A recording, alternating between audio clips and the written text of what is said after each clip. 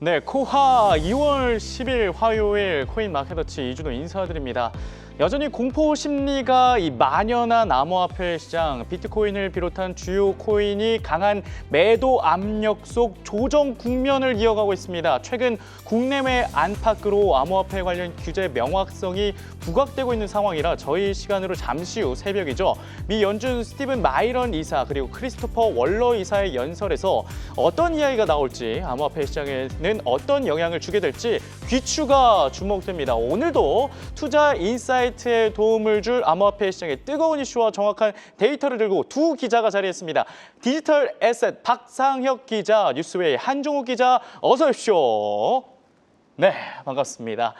네, 박상혁 기자는 코노아워 초기 출연하고 정말 오랜만에 인사드리는데요. 시청자분께 한 말씀 해주실 수 있을까요? 네. 작년 여름쯤에 제가 한번 출연을 한 것 같은데요. 네. 그 후로 되게 오랜만에 이렇게 출연하게 된 것 같습니다. 네. 오늘 이렇게 또 오랜만에 출연한 만큼 이 시청자분들한테 또 좋은 소식 전달할 수 있도록 노력하겠습니다. 네, 좋습니다. 잘 부탁드리겠습니다. 그럼 저희가 본격적으로 이슈를 전하기 전에 항상 이 시황을 전해드리고 있죠. 키보 차트를 통해 전해드리고 있는데 지난 주말 이 키보 차트를 만든 뉴스 메타에서 개최한 행사 소식이 있어서 잠시 현장 영상 보고 오시겠습니다. 네, 지난 토요일 서울 코엑스 오디토리움이 뜨거운 열기로 가득 찼습니다. 디지털 자산 블록체인 기업 뉴스메타가 주최한 2026 디지털 자산 블록체인 컨퍼런스 현장에 1000여 명의 인파가 몰리며 업계에 높은 관심을 증명했는데요.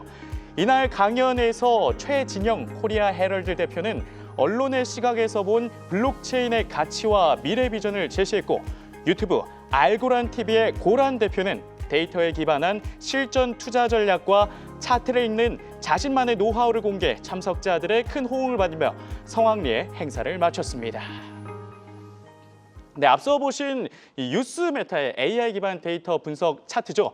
키보 차트를 통해 오늘의 암호화폐 시장 전체 흐름을 살펴보도록 하겠습니다. 2월 10일 화요일 오늘의 시황입니다. 먼저 시장 전체 흐름을 보여주는 키보 토탈 라인 차트 확인합니다. 단기 추세선이 주황색 라인, 지금 하락하고 있습니다. 계속해서 하락세 유지하고 있고요. 장기 추세선이 초록색 시그널 라인은 마찬가지로 하락하고 있습니다. 장단기적으로 하락 시그널 보여주고 있고요. 다음은 비트코인의 시가총액 점유율을 뜻하는 비트코인 도미넌스 확인해 보도록 하겠습니다. 현재 58.72%입니다. 어제 58.87%와는 비슷하죠. 비트코인의 점유율이 여전히 높다. 그래서 알트의 시대는 아직 오지 않았다라고 보실 수 있겠고요. 이어서 USDT의 시가총액 점유율을 보여주는 테더 도미넌스는 7.86%, 어제 저녁 7.72%보다 상승을 했습니다. 이 7%대에서 내려와야 암호화폐 시장의 전반적인 수급이 돌 텐데 여전히 7% 위에서 움직이고 있고요. 시장 자금이 안전자산 쪽으로 이동하고 있다. 이렇게 분석할 수 있겠습니다. 네, 다음으로 중장기적 관점으로 암호화폐 시장에 점수를 주는 키포인트 스코어 확인해 보겠습니다. 32.06%입니다. 어제 방송 시 36.48%보다는 하락을 했습니다. 그러나 중장기적으로 여전히 횡보할 것이다라는 전망이고요. 반면 단기적 관점의 라이브 키포인트 스코어는 0.07%로 어제 마이너스 4.34%보다는 상승을 하긴 했지만 여전히 단기적 관점으로도 횡보할 것이다. 이렇게 분석할 수 있겠습니다. 네, 이렇게 해서 뉴스메타의 키보 차트를 통해 암호화폐 시장의 전체적인 흐름 살펴봤습니다. 이 차트 내용은 매매 시 참고용으로 활용하시고 투자는 신중하게 결정하시기 바랍니다. 네, 그리고 현재 유튜브 한국경제TV 채널과 한국경제TV 글로벌 채널에서도 동시에 방송되고 있습니다. 다른 요일에 출연 중인 기자들도 입장에서 소통을 하고 있으니까 실시간으로 소통을 원하시는 분들 생방송 채팅에 입장해서 채팅 많이 남겨주시면 됩니다. 그리고 좋아요도 꼭 눌러주시면 저희 방송하는데 큰 도움이 되니 눌러주시기 바랍니다. 자, 그러면 본격적으로 오늘의 이슈 한번 알아보도록 하겠습니다. 제일 먼저 비트코인 살펴봅니다. 헤드라인, 네, 비트코인 7만 달러 박스권 전망은 인데 이 비트코인 7만 달러를 또 잘 지켜주다가 오늘 낮 12시를 기점으로 7만 달러 아래로 하락하면서 현재 6만 9천 달러 선에서 횡보를 하고 있습니다. 7만 달러의 가치인 비트코인, 앞으로 가격을 움직일 만한 이슈 무엇이 있을까요? 네, 그 크게 세 가지 이슈를 좀 짚어볼 예정인데요. 네. 말씀하셨던 대로 이 6만 달러까지 초반까지 떨어졌었죠. 네. 저번 주 금요일이었죠. 그렇죠. 하다가 이제 좀 상승을 해서 네. 그 후에 주말을 거쳐서 월요일, 화요일 들어서 이제 7만 달러 박스권에서 이제 형성되고 있는 모습인데요. 네. 먼저 좀 좋은 소식부터 한번 전달드릴까 합니다. 그렇습니다. 안 그래도 지금 이 롤러코스터 같은 장세 속에서 좋은 소식이 없어서 지금 암울하기만 하거든요. 네. 어떤 소식이죠? 일단 네. 전 세계 지금 가상자산 투자자분들이 네. 주목하고 있는 이슈 중에 하나인데요. 네. 이 미국 디지털 자산 포괄 법안이 이 수개월 내로 통과될 수 있다라는 이 미국 현지 관계자들의 소식을 일단 한번 전달드려 볼까 합니다. 네. 그래서 이 패트릭 맥켄리 전 미국 하원 금융서비스 위원장이요, 몇 개월 내로 이 미국 디지털 자산 포괄 법안이 통과될 수 있고 5월 말쯤이면은 대통령 서명을 받을 수 있을 것으로 예상한다라고 했거든요. 네. 이제 이게 확실히 이 시장 투자자분들이 이 소식을 호재로 보고 있긴 하지만 네. 또 일각에서는 또 이렇게 생각하고 있기도 합니다. 왜냐하면은 작년에는 이 법안이 연말까지 통과될 것이다라고 했는데 네. 5월로 또 숫자가 또 조금 바뀌었거든요. 그래서 이게 또 한국과 또 비슷한 상황으로 흘러가는 게 아닌가. 그 입법이 또 점점 미뤄지는 게 아닌가. 네. 이런 일각의 시선도 있지만요. 네. 또 거기에 한 번 더 쐐기를 박은 게요. 어저께 스콧 베센트 미국 재무장관이 네. 이 한 언론 매체에 인터뷰를 하면서 미국 디지털 자산 포괄 법안은 지금 당장 통과돼야 된다라는 취지로 이야기를 했고요. 네. 그래서 지금 투자자들 기대가 높아지고 있는 상황입니다. 이게 작년에 지니어스 액트 법안이 상정된 다음에 암호화폐 가격이 올랐고, 근데 이번에 이제 클래리티 법안이잖아요. 이게 지금 상반기에 통과가 돼야 되는데, 중간 선거까지는 통과가 돼야 되는데 이번에 좀 상반기에 통과될 수 있을 것이다라는 뷰를 전해주셨습니다. 그런데 이 비트코인 상승 요인은 있긴 있습니다. 그런데 하락하는 현재 이유가 정말 복합적인데, 하락 원인 중 하나가 초기 투자자들 때문이다, 이런 의견이 있다면서요? 네, 맞습니다. 네. 근데 약간 그 전에 조금 더 이 법안에 대해서 조금 아직 설명 안 하고, 끝내. 제가 네. 끊었군요. 죄송합니다. 네, 더 들어가자면 전해주시죠. 네. 이제 여러 가지 쟁점이 또 있습니다. 네. 이게 과연 5월 말에 통과될 수 있을지, 아니면은 뭐 베센트 재무장관의 말처럼 네. 뭐 한 봄쯤이면 통과될 수 있을지, 뭐 여기에 대해서 또 쟁점이 또 엇갈리는 상황인데, 네. 뭐 크게 쟁점은 이거인 것 같습니다. 스테이블 코인의 수익 지급이 가능한가? 두 번째는 네. 이 공직자 이해 충돌 관련 여부, 이 두 가지가 쟁점인 것 같습니다.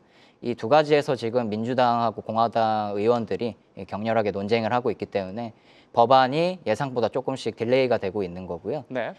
일단 최근 가장 이슈되고 있는 건 공직자 이해 충돌인 것 같습니다. 민주당 의원 측에서는 네. 이 트럼프 대통령이 그쵸. 월드 리버티 파이낸셜 여기에 뭐 공직자 이해 충돌이 있다고 보고 여러 가지 의혹을 제기하고 있는 상황이고요. 네. 최근에 하원 금융서비스위원회에서 이 스콧 베센트 재무장관 청문회를 가졌었는데 네. 거기서 이 월드 리버티 파이낸셜한 질문을 집중적으로 받으면서 이 민주당 하원 의원들과 스콧 베센트 재무장관이 고성이 오가면서 싸우는 장면이 벌어지기도 했습니다. 네. 또 두 번째가 한국에서도 지금 마찬가지로 이슈가 되고 있는 쟁점 중에 하나인데 네. 스테이블 코인 수익 지급 이슈죠. 이게 지금 말씀하신 대로 작년에 지니어스 법안이 네. 미국 상하원을 통과하면서 법안이 발의가 됐는데요. 그 다음에 이제 스테이블 코인 이자 지급 때문에 지금 디지털 자산 포괄 법안이 많이 좀 미뤄지고 있는 상황입니다. 네. 특히 상원 지금 관할하는 위원회가 농업위원회와 그다음 이제 상업위원회가 있는데 그 중에 이제 농업위원회 통과가 됐고 네. 나머지 다른 위원회에서 지금 이 스테이블 코인 이자 지급 논쟁을 가지고 이슈가 있는 상황입니다. 그래서 이게 빨리 통과가 돼야지 네. 그다음에 이제 상원 본회의가 통과가 되고 그 다음에 이제 상원과 하원 클래리티 법안이 합쳐지고 네. 대통령 서명을 거쳐서 법안이 입법이 되는 것인데요. 네. 지금 이제 스테이블 코인 이자 지급 그리고 앞서 말씀드렸던 공직자 이해 충돌 이 두 가지 이슈 때문에 이 해결이 어느 정도 이제 양당 간에 원만하게 조율이 되지 않으면은 조금 미뤄질 수 있다. 그러나 뭐 이제 네. 전문가들 입장에서는 이 백악관의 너무 이 법안 통과 의지가 강력한 상황이기 때문에 네. 아무래도 통과 가능성이 높지 않겠느냐 상반기 중에 그래서 이제 네. 투자자분들은 좀 호재로 보고 있는 것 같습니다. 네.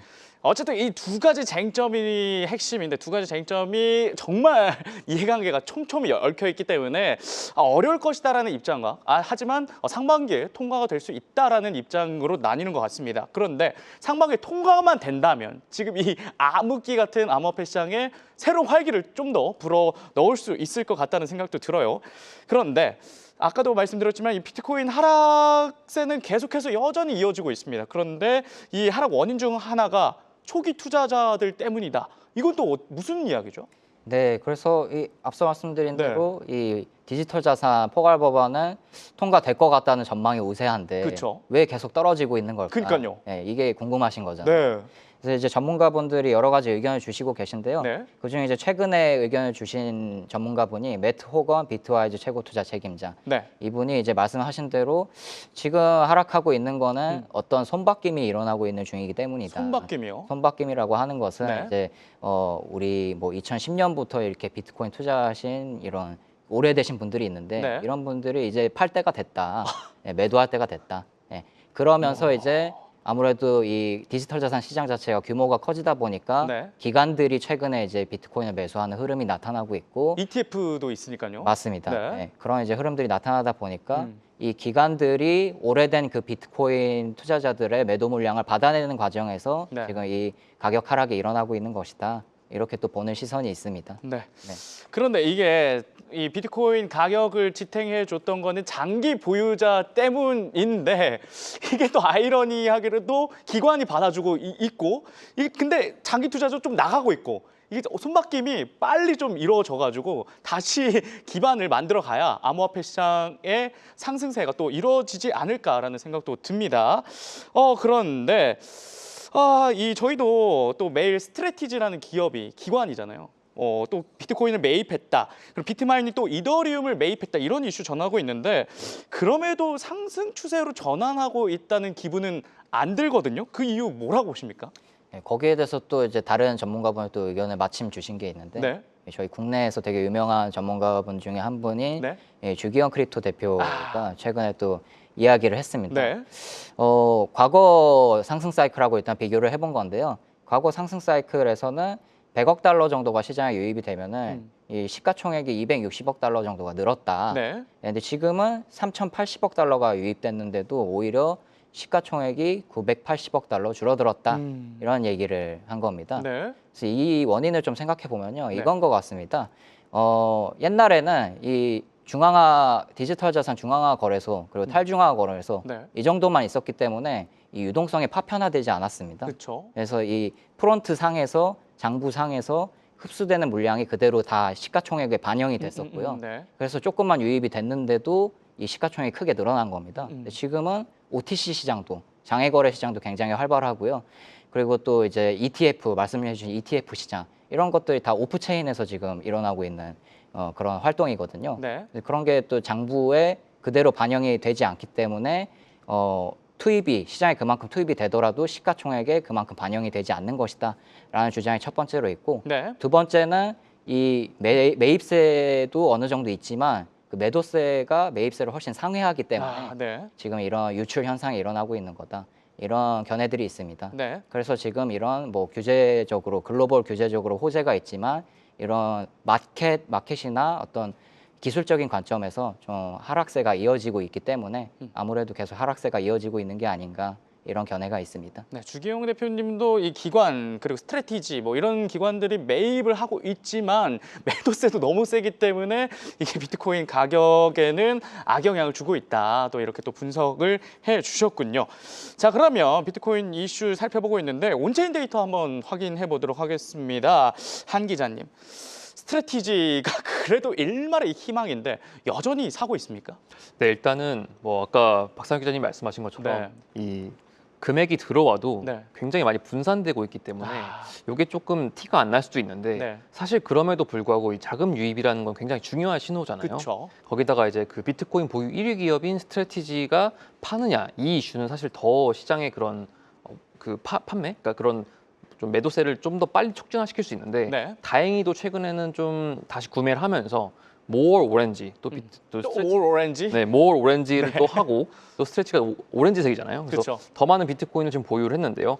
지난주에만 해도 한 1,142개 정도 추가로 매수를 했습니다. 그래서 평단가는 한 78,815달러 정도고요. 네. 전체로 봤을 때는 한 9천만 달러, 그러니까 1억 달러 조금 안 되게 구매를 했다라고 보시면 될 것 같고 또 이제 추가로 보유를 했다 보니까 네. 총 지금 스트래티지의 보유 수가 71만 4,644개로 굉장히 늘었습니다. 뭐 저희가 한창 이제 얘기할 때도 60만 개 정도 됐었는데 네. 이게 뭐 장이 좋든 안 좋든 꾸준히 사다 보니까 어느새 70만 개까지 왔어요. 근데 이 기세로면은 이제 곧 80만 개도 돌파할 수 있을 정도로 네. 굉장히 많이 사들이고 있는데 현재로서는 이제 시가총액이 약 543억 달러 정도 보유하고 있습니다. 그래서 평단가는 7만 6천 달러 정도 되는데 네. 사실 지금 시세로 봤을 때는 좀 아쉽죠. 그래서 이제 사람들이 가끔 그런 의문을 던져요. 네. 아니 스트래티지는 어디서 사길래 저렇게 비싸게 사냐?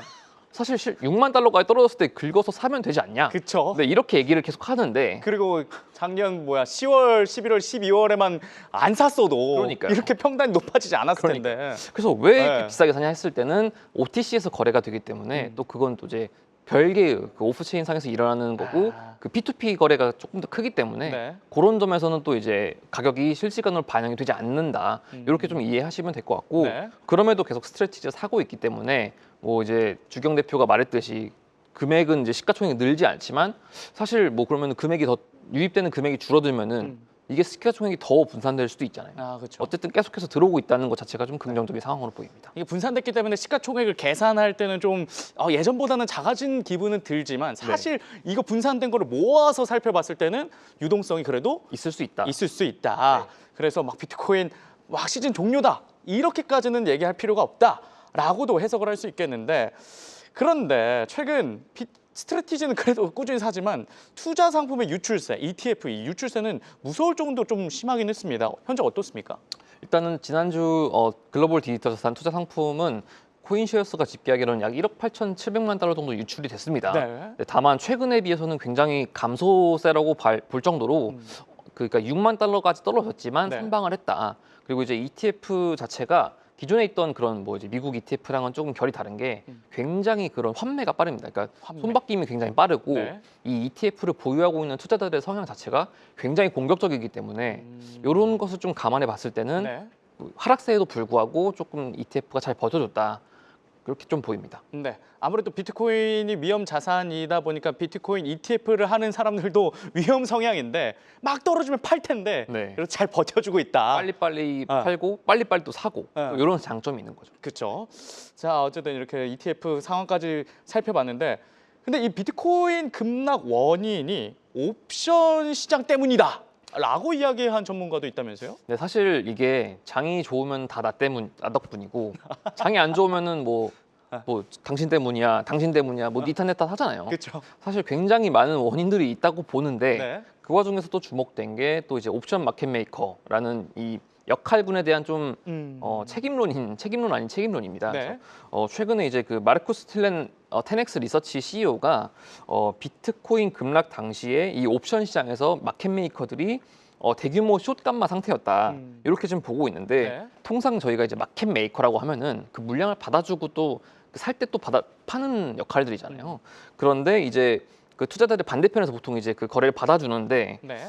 이제 이 당시에는 숏감마 포지션의 MM들이 가격이 오를 때는 원래 사고 팔 때는 내리는 식으로 리스크 해치를 하는데 이제 이게 너무 그 가격이 하락을 하다 보니까 요게 물량이 좀 많이 쌓였다고 보고 있어요. 그래서 이제 7만 5천 달러에서 당시 막 6만 달러까지 쭉쭉쭉 내려갔는데 네. 이러다 보니까 이제 그 받아주는 것도 한계가 있는 거죠. 15억 달러를 받아주는데 네. 이렇게 해서 좀 옵션 시장의 그 비율이 확대가 되다 보니까 이 해지 활동 자체가 또 레버리지 좋아하시잖아요.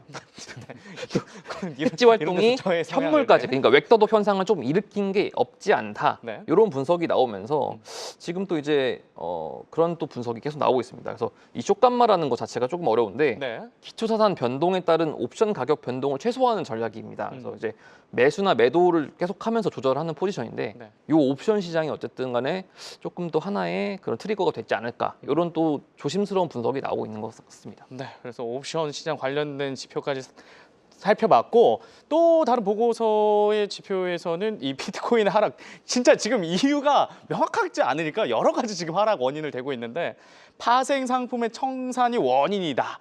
인데 이건 또 어떤 이야기죠? 네, 일단 매트릭스 포트라고 네. 굉장히 유명한 또 기관인데 여기서는 또 이제 최근 보고서에서 네. 최근 하락 과정에서 취약한 포지션이 정리됐다. 음. 사실 제가 지난주에도 기사 쓰면서 뭐 이제 롱 포지션이 너무 많이 청산되면서 네. 또 했다.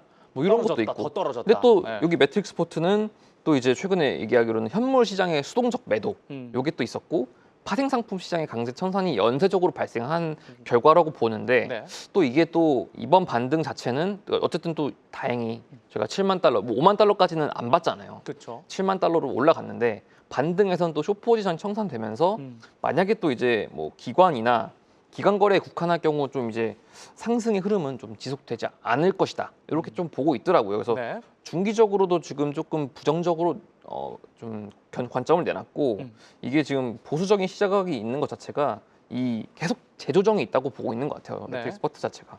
그렇기 때문에 좀 반등은 있지만 이게 오래 가진 못할 것이다. 이런 좀 분석도 같이 나오고 있습니다. 네, 계속해서 이 박스권 장세에 있다 보니까 조금 내려왔을 때 롱 크게 잡고 네. 근데 이번에 이게 롱 잡았던 게 갑자기 또 뚝 떨어지다 보니까 사람들이 파생 상품에 대한 투심이 완전히 사그라들었잖아요. 그러니까요. 근데 그렇기 때문에 이 암호화폐 시장의 투심도 좀 죽을 수밖에 없는 구조다. 조금 아. 조금 경계하는 게 경계해야 되는데 이 암호화폐 이게 사실 참여자분들은 맛을 들리면 끊을 수 없는 거죠. 근데 겁이 이제 약간 더 없으셔서 시장 전체를 봤을 때는 어. 조금 더 투심을 이제 좀 관망하고 관망하고 파생 안정적으로 상품을 좀 무리하지 않게 하는 게 제일 필요하다. 좋지 않을까. 그렇죠. 그렇습니다. 하지만 지금 현재는 이 파생 상품에 대한 잠잠한 네. 기류가 이어지고 있다. 이렇게 온체인 데이터 살펴봤고요. 이어서 비트코인 이슈 계속해서 살펴보도록 하겠습니다. 헤드라인 보시겠습니다. 빗썸 비트코인 5지급 사태. 어제도 잠깐 저희가 방송에서 전해드렸지만 정말 많이 놀란 사고였습니다. 저도 그랬지만 박상혁 기자도 주말에 쉬다가 사고가 터졌을 때 좀 놀랐을 것 같은데요.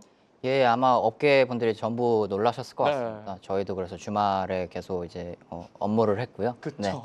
바쁘셨을 것 같아요. 네, 이제 옆에 계신 이제 기자님도 같이 이제 일을 하셨을 것 같은데요. 네.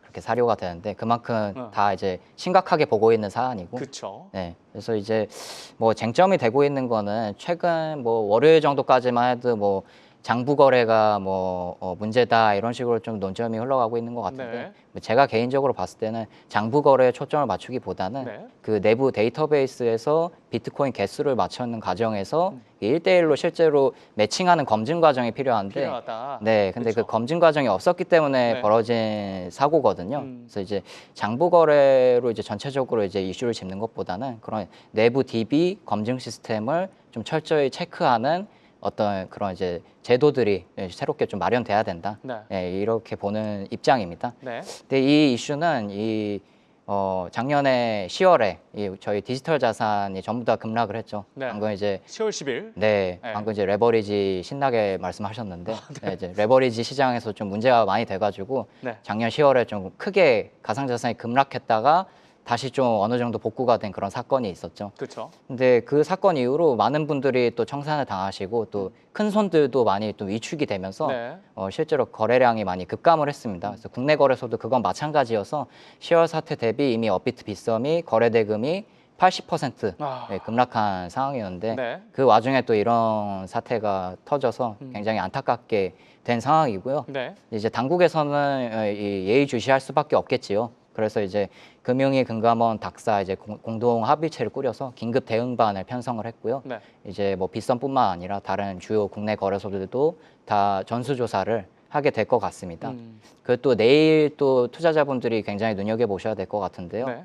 예, 국회 정무위에서 내일 전체 회의가 개최됩니다. 여기서 이제 빗썸 사태에 대한 여러 가지 논의가 이루어질 예정이고요. 그리고 또 이제 한 가지 또 짚자면 네. 이제 여기에서 이제 파생이 돼서 이제 국내 거래소 지분 제한을 해야 되는 게 아니냐 이런 또 의견들이 좀 힘을 얻고 있는 상황입니다. 예, 그래서 이제 이게 원래는 뭐 1월 정도까지만 해도 저희가 뭐 하나의 설에 불과했었거든요. 네. 뭐 이런 움직임이 있었고 공식화되지는 않는 상황이었는데 오늘 이제 한정혜 민주당 정책위 의장이 공식적으로 이 빗썸 사태에 대해서 디지털 자산 기본법에 관련 조항을 넣을 것이고 네. 그리고 이제 대주주 지분 제한도 검토하겠다라고 공식적으로 이야기를 하면서 이 입법이 또 공식화되는 모양새입니다.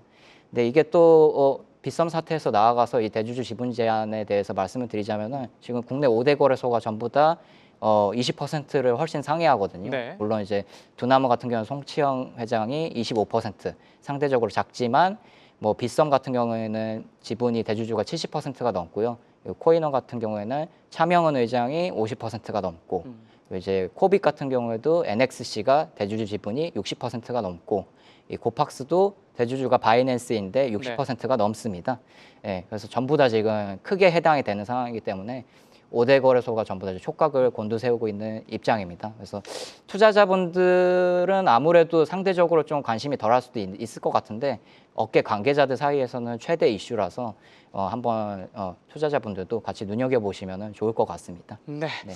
안 그래도 이 투심 자체가 국장이 너무 좋으니까 국장 아니면 또 미국장이 너무 좋으니까 미국장으로 옮겨가고 있는 사태에서 이 신뢰도가 떨어지는 빗썸 오집 사태가 발생하다 보니까 업계 뿐만 아니라 이 투자자들도 좀 우려를 하고 있는 상황이다 이렇게도 볼 수 있는데 다행히도 그래도 지금 입법이나 이런 데서 좀 조치를 빨리 하고 있는 모양새도 보여주고 있습니다. 그리고 이어서 비트코인 온체인 데이터 조금만 더 살펴보도록 하겠습니다. 이번에는 고래들의 동향인데 고래들의 동향 어떻습니까? 네, 고래들의 동향은 일단은 긍정적인 편. 긍정적인가요? 일단 떨어지니까 또 이제 레버리지를 하지 않는 큰 손들은 오히려 기회다. 오히려 기회다. 이거는 기회다. 이러면서 네. 조금씩 구매를 한 것 같아요. 그래서 보유를 한 것 같고 최근에는 이제 1,000개 이상을 보유한 고래들의 주소가 조금 늘었는데, 그러니까 늘었는데 4만 개 가까이 비트코인을 좀 매집을 하면서 네. 이렇게 다시 한번 좀 보유 움직임을 보여주고 있다. 이런 게 되게 긍정적이고 네. 좀 자세하게 보면은 이 1,000개에서 10,000개 굉장히 부럽네요. 요 보유한 네. 주소들은 네. 22,000개를 매수를 했습니다. 22,000개요? 네, 꽤나 많이 매수를 한 편이죠. 그리고 이제 10,000개에서 10만 개가량 보유한 주소는 네. 18,000여 개를 추가로 매집을 했습니다. 그렇죠. 네, 이런 효과 덕분인지 이제 고래들의 매집 이후에는 바로 저희가 6만 달러 갔다가 막 더 떨어지나 막 58,000달러까지 예상했는데 네. 또 바로 20% 반등을 하면서 이때 또 산 사람들도 고래들의 좀 영향을 받은 게 아닐까. 그래서 고래가 또 시장을 한번 또 살렸다. 이렇게 좀 보고 있는 것 같습니다. 네.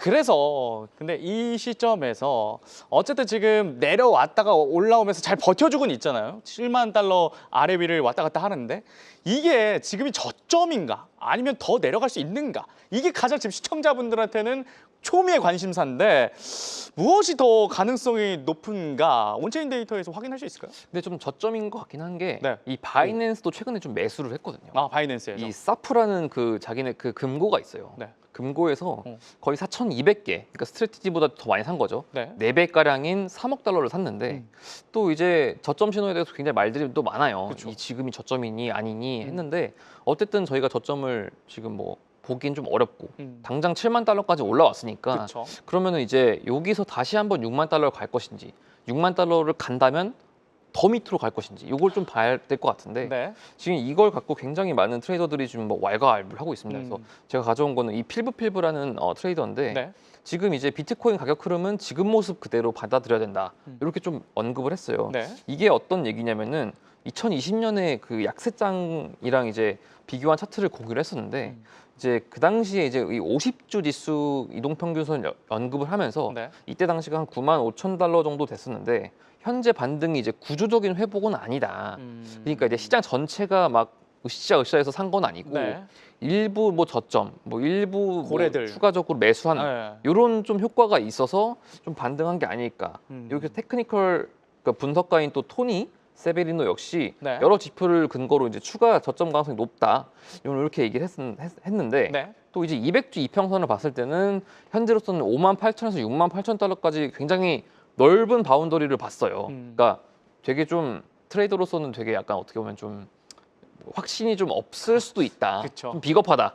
이렇게 좀 보는데 비겁한 변명입니다. 뭐 이건데 네. 뭐 $10,000 사실 뭐 저도 예측합니다. 이렇게 하면은 그쵸. 뭐 이제 뭐 한 $80,000 가겠는데요. 음, 근데 $70,000 갈 수도 있어요. 그쵸. 이런 식으로 얘기하는 거랑 할 수 비슷해가지고 있는데, 네. 쏠 수 있어 이건데 네. 지금 뭐 이제 이 어쨌든 $58,000에서 $68,000. 그러니까 근데 이거는 그래도 그나마 그 전체적인 트레이더들이 항상 얘기했던 구간인 것 같아요. 그래서 이제 최소 $58,000까지 떨어지면은 네. 더 떨어진다. 최근에 또 이제 마이클 버리, 그러니까 아, 빅쇼트의 주인공. 그쵸. 쇼 치는 분. 네, 요 분이 또 이제 빅숏의 황태자가 네. 또 3단계 그 낙하법을 또 제시를 하면서 아. $50,000 간다. 어, 이렇게 봤었는데 네. 그래도 그분의 그 예언대로 다행히 $50,000까지는 가지 않았지만 어쨌든 $58,000가 그 굉장한 중요 지지선임을 다시 한번 체크해 보시는 게 좋을 것 같습니다. 이게 $58,000가 제가 알기로는 200일 평균선인데 네. 이거 아래 진짜 떨어지면 진짜 시즌이 진짜 시즌 종료될 망한다. 수 있다. 네, 항상 은주 기자님이 얘기했던 것 같아요. 네. 그렇죠. 그래서 이 $58,000 선이 가장 핵심이다. 다행히 그래도 그 정도까지는 안 오고 있다. 그렇습니다. 네, 저희가 살펴볼 수 있었습니다. 이렇게 해서 비트코인 관련 이슈 좀 살펴봤고요. 다음은 이더리움 이슈 살펴보도록 하겠습니다. 이더리움 오늘의 헤드라인 살펴보도록 하겠습니다. 비트마인, 이더리움 추가 매수했습니다. 좀 전에 얘기했던 이더리움을 아주 사랑하는 기관이죠. 비트마인이 지금 근데 평단 낮추려고 열심히 지금 사야 돼요. 비트마인도 물린 시장이 아니겠습니까? 그런데 또 추가 매수하면서 평단을 낮추고 있는 모습인데 소식 전해주시죠. 예, 그래서 말씀하신 대로 지금 비트마인의 손실이 너무나도 큽니다. 그쵸. 네, 그래서 우려하시는 분들이 많은데 네. 일단 전문가분들은 이렇게 보시는 것 같아요. 네. DAT 기업의 특성상 네. 뭐 이제 청산을 당한다 하는데 우리 레버리지 시장 개념의 청산이 아니라서 네. 예, 충분히 상환이 가능한 수준이고 네. 가격이 뭐 90% 이상 폭락하지 않는 이상 네. 투자자분들도 이제 회수를 할 수 있는 옵션이 다 걸려 있기 때문에 예, 상대적으로 안전 장치는 있다. 네. 다만 우려되는 게 뭐냐, 진짜로 우려되는 게 뭐냐라고 했을 때 이 DAT 기업의 특성상 신주 발행을 해서 조달한 자금으로 뭐 이더리움을 사든가 뭐 비트코인을 사든가 해야 되는데 네. 지금 이제 이 이더리움 가격이 하락하니까 주가도 어만 코인. 하락하고 그 주가가 하락하니까 네. 예, 신주 발행을 해도 자금 조달하기가 어려우니까. 악순환이 계속되는 거거든요. 네. 그래서 이제 이더리움을 대량 매수를 하지 않으면은 곤란한 상황에 이제 처한 거죠 비트마인. 예. 그래서 이제 오늘 어제 현지 시간으로 어제 발표가 났는데 네. 이더리움 4613개를 추가 매수했습니다 비트마인이. 2주 만에 최대치거든요. 네. 근데 2주 만에 최대치라고 하면 좀 짧게 느껴질 수도 있는데 이게 하락장 와중에 최대치 2주 만에 최대치를 기록을 했다. 네. 이게 좀 의미가 있는 것 같아요. 그래서 크게 물을 타고 있구나 지금 비트마인이. 네. 그렇죠. 그렇게 좀 보고 계시면 될 것 같고요. 네. 이제 DAT 기업들이 아무래도 이런 큰 기업들이 이 대량 매수에 나서면은 아무래도 투자자분들 입장에서도 좀 호재일 수밖에 없죠. 네. 그래서 이제 최근에 좀 흐름이 하나 있는데요. 현물 시장에서는 주로 장기 투자하시는 분들이 많이 이제 투자를 하면서 거기서 이제 현물 시장 매수세가 형성되는 느낌이고 네. 이제 좀 단기 투자를 하시는 분들은 레버리지 선물 시장에서 많이 투자를 하는 모양새가 최근에 많이 나오고 있습니다. 네. 그래서 이게 아무래도 호재에 반응을 해서 그런지 이 이더리움 선물 롱 포지션이 최근에 증가했다는 또 뉴스가 있습니다. 네. 이제 또 이런 뉴스를 또 호재로 보고 단기적으로 또 이제 매수로 이제 전환하시는 투자자분들이 있는 것으로 지금 보여집니다. 네. 네.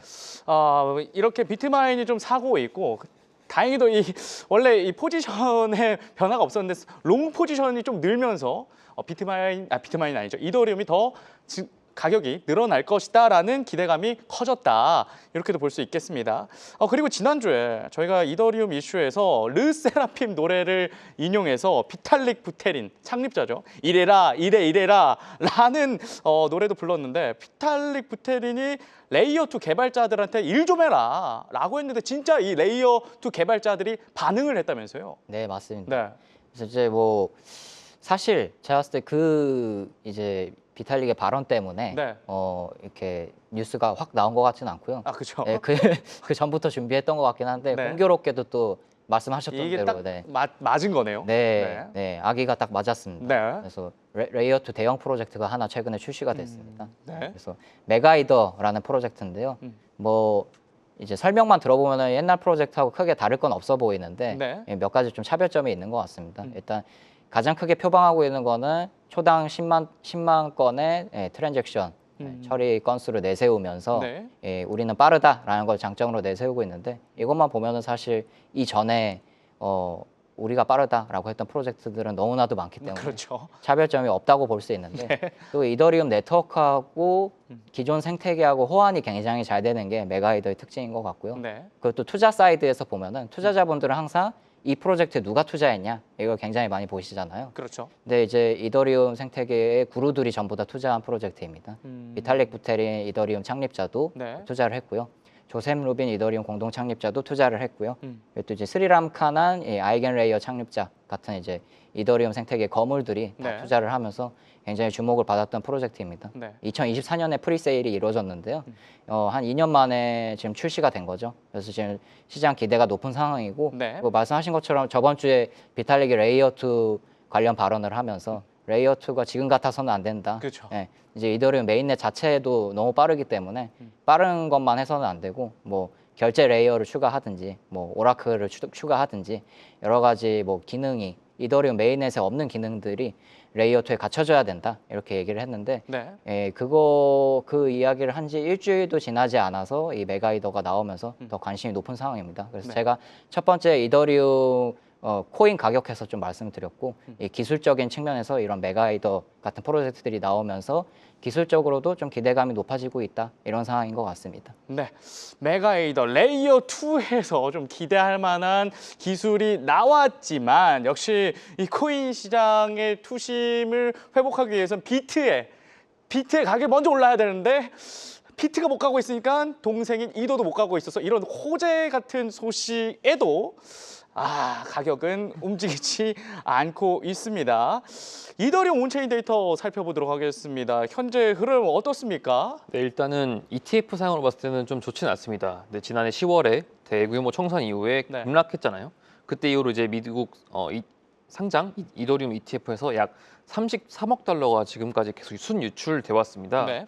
네, 현재 이제 블룸버그 인텔리전스에 따르면은 뭐 이제 9일 시각 그러니까 9일 현지 시각 기준으로 봤을 때는 올해 들어서 이제 5억 달러 가량이 더 추가로 유출이 됐고요. 네. 총 자산 규모는 이제 130억 달러 이제 하회하는 수준으로 됐고 이건 이제 작년 7월 이후에 최저 수준입니다. 네. 이제 스테이킹이 뭐 이제 허용이 된다 만다 하면서 조금 기대감이 있었지만 결국에는 이 7월 이후로 돌아가면서 다시 한번 조금 온체인 데이터 상에서는 좀 안 좋은 포지션을 갖고 있는데 네. 다만 그래도 아까 말씀해 주셨듯이 네. 이 바이낸스에서 이더리움 롱 포지션이 조금씩 늘어나고 있어요. 다행이네요. 네, 이 암호화폐 애널리스트인 아마르타라는 분이 네. 이제 최근에 이제 2월 4일 기준이긴 한데 24억 달러였던 롱 포지션이 41억 5천만 달러까지 증가를 했는데 네. 이렇게 숏이 정리되고 롱이 좀 신규 확대되면서 지금 좀 이제 이렇게 좀 바뀐 거죠. 그래서 이제 파생 상품 시장에서는 이제 숏보다는 롱이 지금 굉장히 편중이 되어 있고 네. 다만 이제 이 가격이 반대로 움직일 경우에는 또 한 번 또 이제 이게 진짜 조롱이 제일 될 수도 무서워요. 있어요. 조롱이. 네. 네. 롱 이렇게 막 잡아놨다가 갑자기 가격이 또 떨어지면 롱 청산되면서 이 가격 하락이 더 심해지잖아요. 맞아요. 그래서 왜 이렇게 롱을 좋아하시는지 그러니까 이런 걸 좀 안 했으면 좋겠어요. 참 이제 굉장히 네. 이더리움이 긍정적인 건 알겠지만 그쵸. 굉장히 롱을 좋아한다. 네. 근데 또 이게 약간 좀 불길한 얘기를 하신 게 침 3번 뱉어야 될 것 같은데 이게 이더리움 온체인 수익이 네. 580만 달러를 기록했다고 해요. 네. 이분의 분석에 따르면은 근데 600만 달러를 찍으면은 또 이제 조정 발생 전례가 있다. 그러니까 사실 이 분석하면서 제일 좋은 게 네. 과거 역사를 들먹이는 겁니다. 과거에 이랬을 때 이랬으니까 이럴 거야. 이렇게 해야 될 거다. 어. 이렇게 하면은 사람들이 이제 좀 더 신빙성을 갖는데 어. 사실 또 요거는 또 이제 꼭 그렇지 않을 수 있다. 음. 다만 참고는 해라. 이 정도로 지금 보시면 될 것 같습니다. 네.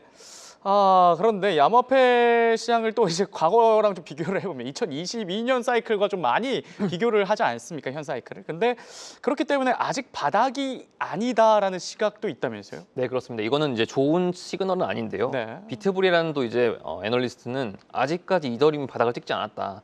이렇게 분석을 하면서 말씀 주신 것처럼 2020년 사이클과 굉장히 비슷하다.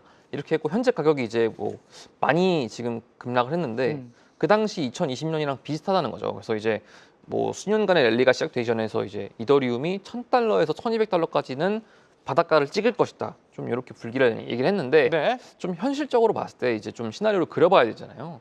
그렇기 때문에 이제 만약에 좀 이제 바로 $1,200 가는 건 사실 말이 안 되는 거고. 그렇죠. 이제 상방 시나리오, 하방 시나리오를 봐야 되는데 이제 하방 시나리오에는 처음에는 이제 한 $1,800, $1,874로 지금 보고 있고요. 그 다음 하락 구간이 $1,693고요. 이제 상방시에는 처음에는 $2,097까지 갔다가 뭐 $2,400까지 좀 갈 걸로 보고 있는데 네. 어쨌든 $1,000에서 $1,200까지 갈 수 있다는 좀 시그널도 좀 인지하고 계시면 좋을 것 같습니다. 네, 이게 $2,000 아래까지 가면 좀 위험할 것 같은데 어쨌든 이런 시각이 있다, 시선이 있다라는 거 참고하시기 바랍니다. 다음으로는 리플 살펴보도록 하겠습니다. XRP 헤드라인 확인해 보도록 하겠습니다. 10월 폭락 사태 직전 가장 선방한 코인 XRP인데 지난해 10월 미중 관세 갈등으로 흔들린 암호화폐 시장이 사상 최고가를 경신한 지 며칠 만에 어마어마한 레버리지 청산 10월 10일이었죠. 네. 청산되면서 폭락을 했었죠. 그 전까지 XRP가 가장 선방했다 이런 말인가요? 예, 맞습니다. 오. 예, 저희 매체에서 직접 한번 분석을 해봤는데요. 오, 네. 네, 10월 10일가 사태 대비해서 어제 기준으로 한번 잡고 얼마나 하락했는지 주요 네. 코인들이 분석을 했는데요. 네. 그 결과 주요 코인 중에 XRP의 하락률이 가장 낮다라고 아, 나왔습니다. 그래요? 그래서 이더리움이 마이너스 52%, 네. XRP가 마이너스 49%, 솔라나가 마이너스 60%, 에이다가 마이너스 67%, 네. 아발란체가 마이너스 67% 이렇게 나왔고요. 네. 그래서 50% 하락률이 50%를 하회하는 주요 코인이 XRP밖에 없다. 네, 그래서 이 소식을 좀 알려드리고자 한번 간단하게 준비를 해봤고요. 네. 그래서 이 XRP 투자자분들 국내에 많으실 걸로 엄청 많으신 것 같아요. 사료가 되는데 네. 네, 그래도 그나마 좀 덜 하락했다. 아. 네, 좀 더 이제 안심하셔도 된다. 네, 하방선이 조금 더 탄탄한 게 아닌가 네. 그렇게 기원을 해봅니다. 네. 그런데 이 XRP 그래도 잘 버티고 있는데 이번에 뭐 XRP를 욕하면 $25,000를 준다. 뭐 이런 소식은 뭐죠? 네, 뭐 이제 아무래도 이 주요 프로젝트, 네. 가상자산 프로젝트들 간의 경쟁이 좀 심합니다. 그렇죠. 그래서 이 주요 프로젝트들끼리 이제 뒤에서 이제 공작을 펼치면서 이렇게 진짜요? 비방을 하는 경우도 굉장히 많고요. 네. 아무래도 XRP는 또 오래된 프로젝트잖아요, 리플은.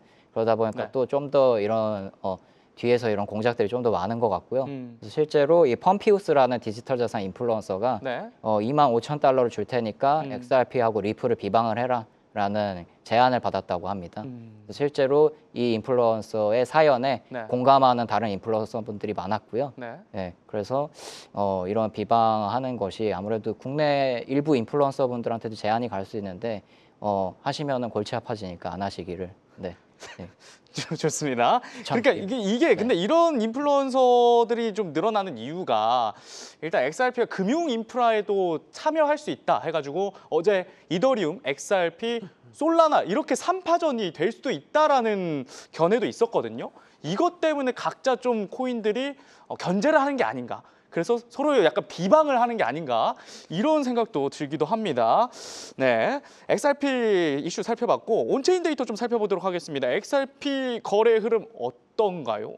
네, 일단은 리플 얘기가 나오니까 네. 준캐 반응이 굉장히 좋은 것 아, 같습니다. 저요? 네, 준캐서님 반응 좋은 것 같고 네. 이 몽둥이 들고 쫓아가시는 건 아니죠? 제가 그쵸 저런 분들은 혼나야 돼요. 왜 남을 욕하면서까지 자기가 이렇게 승승장구를 하려고 하는 건지 모르겠지만 XRP 어쨌든 그래도 네. 탄탄하잖아요 지금. 네, 그렇습니다. 근데 네. 다만 그러니까 하락 당시에는 좀 손절매가 확산했다 이런 분석이 더 나왔습니다. 이제 글래스노드 데이터에 따르면은 이 7일 지수 이동 평균 EMA 기준 이제 실현 손실 비율인 SOPR이 지난해 그러니까 지난해 7월 1.16에서 현재 이제 0.96, 그러니까 1 밑으로 내려온 건데요. 네. 이게 이제 실현 손익이 이제 수익보다 낮은 상태로 이제 홀더들이 손실을 감수하고도 이제 좀 과도하게 매도를 했다 이렇게 네. 좀 해석을 하고 있습니다. 그래서 요 같은 움직임은 제가 아까도 말했듯이 과거를 조금 많이 비교를 하는데 네. 21년 9월부터 22년 5월까지 이어졌던 약세장과 조금 유사하다. 당시에도 이제 SOPR이 좀 1 미만으로 떨어지면서 장기간 조정에 들어갔다. 이렇게 좀 보고 있는 것 같습니다.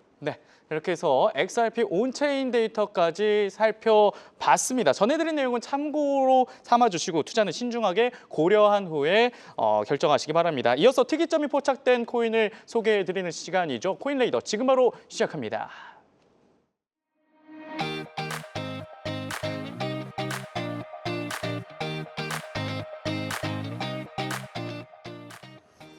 네, 2월 10일 현재 시각 업비트 기준 전일 대비 급등하고 있는 코인 확인해 보도록 하겠습니다. 네, 센티언트 9.57% 상승하고 있고요. 소니 SVM 10.74% 상승 중에 있습니다. 그리고 포켓 네트워크 25.3% 상승하고 있습니다. 오늘의 급등 코인 이렇게 살펴봤고요. 코인레이더 오늘의 코인백서는 시청자 문의가 있었던 코인입니다. 어떤 코인일까요? 확인해 보겠습니다. 네, 에테나입니다. 에테나 코인 오랜만에 다뤄보는데 0.11달러, 174원에 거래가 되고 있습니다. 에테나 코인 어떤 코인이고 또 최근에 어떤 이슈가 있었나요? 예, 에테나는 이제 USDE라는 어떤 그 탈중앙화 기반의 이 스테이블 코인인데요. 네. 좀 아무래도 뭐 루나랑 좀 비슷하다고 생각할 수도 있는데 왜냐하면 또 이 뭐 전통 자산을 담보로 하는 스테이블 코인이 아니고 네. 이 디지털 자산을 담보로 하는 스테이블 코인이기 때문에 네. 이거 제2의 루나 아니냐라는 일각의 반응도 있는데요. 이제 에테나 측에서는 루나하고는 다르게 우리는 이더리움 기반으로 철저하게 1:1 담보를 맞추고 있기 때문에 다르다라고 하고 있는 입장입니다. 그래서 대표적으로 USD라는 스테이블 코인을 발행하는 프로젝트다. 이렇게 이해하시면 좋을 것 같고요. 네. 예, 최근에 또 규제권에서도 에테나는 이슈가 있었습니다. 예, 작년에 이 앵커리지 디지털이라고 이제 미국의 연방은행 인가를 받은 유일한 커스터디 기업이 있는데요. 네. 이 기업하고 협업을 해서 이 새로운 스테이블 코인을 만들어냈습니다. 그래서 이제 미국 연방 차원의 규제를 받는 스테이블 코인을 또 새롭게 찍어낸 최초의 사례가 되면서 굉장히 주목을 받았던 그런 프로젝트입니다. 네, 그래서 이 이름이 이제 USDTB라고 하고, USD 네, TB입니다. TV. 네. 그래서 그 다음에 이제 테더하고 앵커리지 디지털이 협업을 해서 네. USAT라는 스테이블 코인을 또 이제 두 번째로 발행을 했는데 그것이 유의한 사례입니다. 네. 보통 이 스테이블 코인이라고 하면 뭐 국채를 담보로 하든가 하는데 이 에테나는 그런 담보를 하지 않고 이더리움 기반으로 스테이블 코인을 만들어내는 그런 코인이라 할 수 있겠는데 이슈는 어떤 게 있었을까요? 이슈는 일단 작년 계속 10월 사태가 오늘 많이 얘기가 나오는 것 같은데요. 네. 10월 사태 당시에 USDE가 디패깅이 한번 났었습니다. 바이낸스에서 0.6달러 선까지 하락을 했었고요. 네. 지금은 회복을 한 상태입니다. 그러나 이제 당시에 디패깅이 0.6달러까지 됐기 때문에 네. 좀 시장에서 우려하는 시선이 컸었던 그렇죠. 그런 사건이 이게 달러랑 원래 패깅이 되기 위해 만들어진 게 스테이블 코인인데 이게 디패깅이 되면 얘 뭐야? 이런 투자자들의 의문을 가지게 되잖아요. 맞습니다. 근데 그런 이슈가 있었군요. 네, 그래서 네. 계속 일각에서는 이 제2의 루나 사태 꼴이 나는 게 아니냐라고 의심을 거두지 않는 분들도 있는 것 같고요. 네. 하지만 다행히 이 패깅이 회복이 됐습니다. 지금은 회복이 된 상태고요. 네. 두 번째는 또 제가 말씀드렸던 그 디지털 자산 포괄 법안 관련해서 스테이블 코인 수익 지급이 되지 않으면은 에테나한테 좀 악영향이 있을 수 있다. 이런 좀 시선들이 있습니다. 그래서 에테나 같은 경우는 네. 이런 이슈들을 좀 체크하시면 좋을 것 같다입니다. 네, 지금 이 클래리티 법안 안에서 은행하고 그리고 이 코인 업계랑 스테이블 코인에 대해서 이자를 어떻게 지급할 것인가 논점이 지금 오고 가고 있는데 지금 만약에 이 이자를 지급하지 못하게 되면 에테나는 힘들 수도 있다.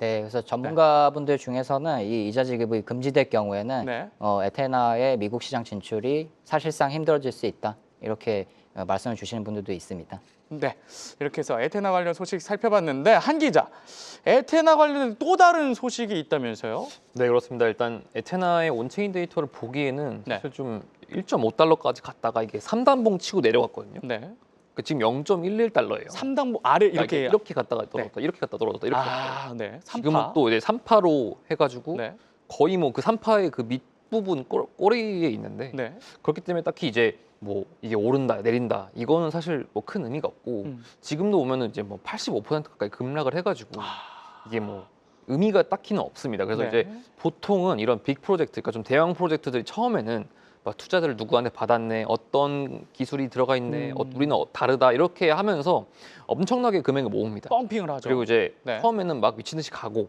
그러다가 이제 또 거기서 뭐 이제 VC나 매도가 나오면은 쭉 빠지고 이렇게 네. 하는데 뭐 각 섹터마다 그 리스크가 있어요. 아까 말씀하셨듯이 에테난 같은 경우에는 이제 패깅이 깨지면서 사실상 이 가격을 반납하게 된 건데 이게 가격이 하락하고 이러면은 보통 많이 하는 게 이제 협업입니다. 협업이요. 이제 여러 개 생태계를 뻗어가지고 이제 혼자 할 수 그동안 없으니까. 모았던 기금을 아. 쓸 테니까 어. 뭐 와라. 그 중에 하나가 또 이제 이 익스체인지 포인트라는 건데 네. 자기네 기술을 통해 가지고 거래소를 활성화 목적이 있는데 또 이런 프로그램도 있고 또 이제 다음으로 갔을 때는 또 주피터라고 솔라나 기반의 그런 프로젝트가 있는데 네. 또 이제 그 화이트 라벨된 스테이블 코인 이제 주피터 USD 요걸 또 출시를 하면서 또 한 번 이제 스테이블 코인을 찍어냈다. 또 이런 의미가 있을 수도 있겠고요. 네. 그 다음에 또 자기네 덱스, 그러니까 자기네 지분이 일부 들어간 하이나 덱스라는 이제 이거를 공개 서비스를 전환을 하면서 이제 여기서 또 이제 다시 한번 리워드를 주고 좀 사용자를 모으는 이런 네. 좀 전략을 펼치고 있는 걸로 보입니다. 네, 이렇게 해서 에테나까지 오늘 준비한 소식 여기까지입니다. 두 기자가 정성껏 준비한 소식이 투자 인사이트 확장에 많은 도움이 되셨길 바랍니다. 저는 내일도 알찬 정보를 들고 다시 찾아오겠습니다. 오늘도 시청해주신 여러분 고맙습니다.